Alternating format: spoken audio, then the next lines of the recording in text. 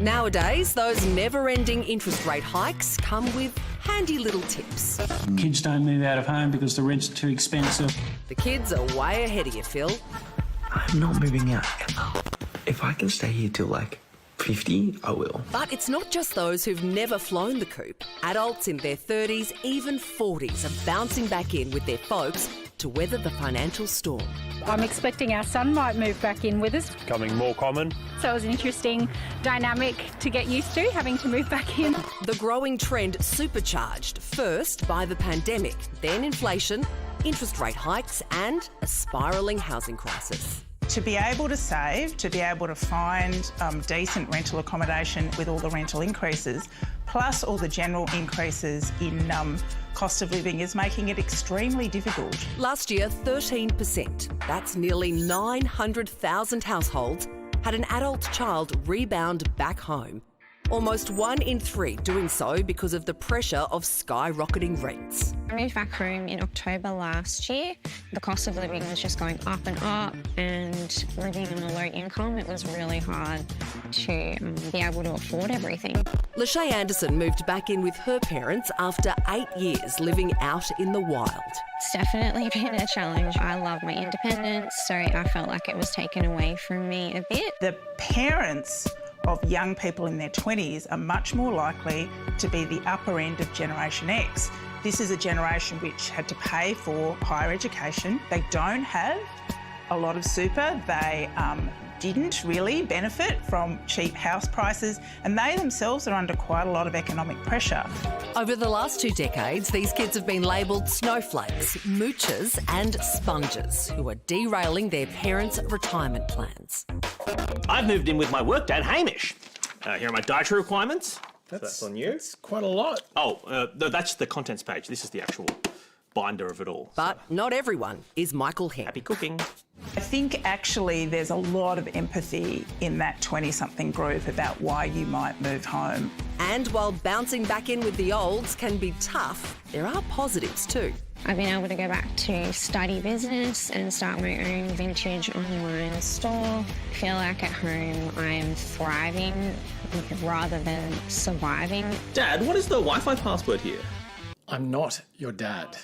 Is that all lowercase? Is it apostrophe and I'm, or it's not working? Behavioural economist Meg Elkins has been looking at this for us. Meg, you've got 2 adult kids. How would you feel if they moved home? Well, one is already back at home. She moved back when she was 22 and she's now 24. But my eldest, if she comes back, that's going to be a bit of a concern. She's got a 2-year-old and a brand new baby. Oh. So that would be a stretch. Depends if you're throwing in babysitting, Mum. Newborn babies are wonderful. But, I mean, if she did that, would you say, look, this is challenging for all of us, but this is the silver bullet to Australia's housing crisis?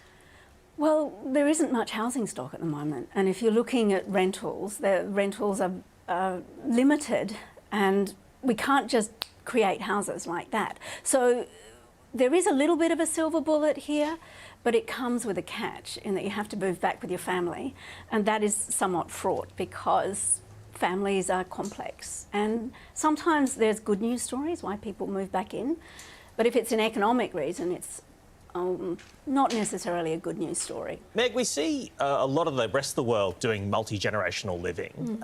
What are the long-term sort of economic and social implications for Australia if this became a broader trend?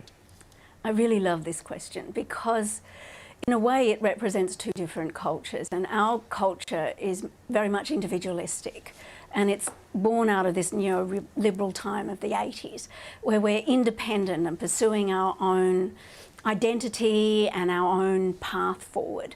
But in truth, you know, there are great benefits to intergenerational households that Westerners have forgotten about. I think there's a great benefit for wisdom of the old person, but also babysitting for the younger generations comes in really handy.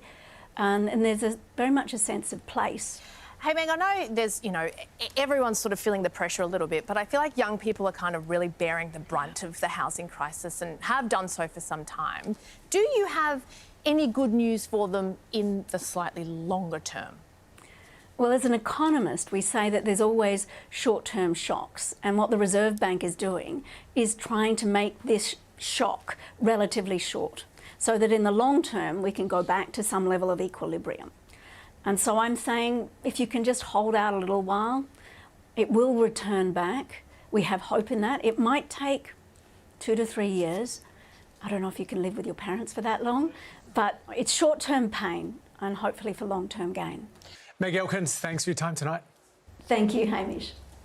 No, I'm thinking about moving back home. Oh, yeah? Yeah, I mean, can I get a raise, Channel 10? No. Aren't you about to get married? Yeah, I know, but so my partner and I lived with my parents for a couple of years when we were trying to save some money, and it was us and my parents and my grandmother as well was in it. It was a 3-generation house, and we had a great time. We were really worried when we moved in. I said to Mum and Dad and my girlfriend, I was like, hey, let's just try this for like 3 months, and then obviously we'll send each other crazy and we'll get out. And then we ended up staying there for 2 years. It was so good. Wow. What do you think the secret of the success was? Gosh, I mean, we were never home. I guess that helped a bit.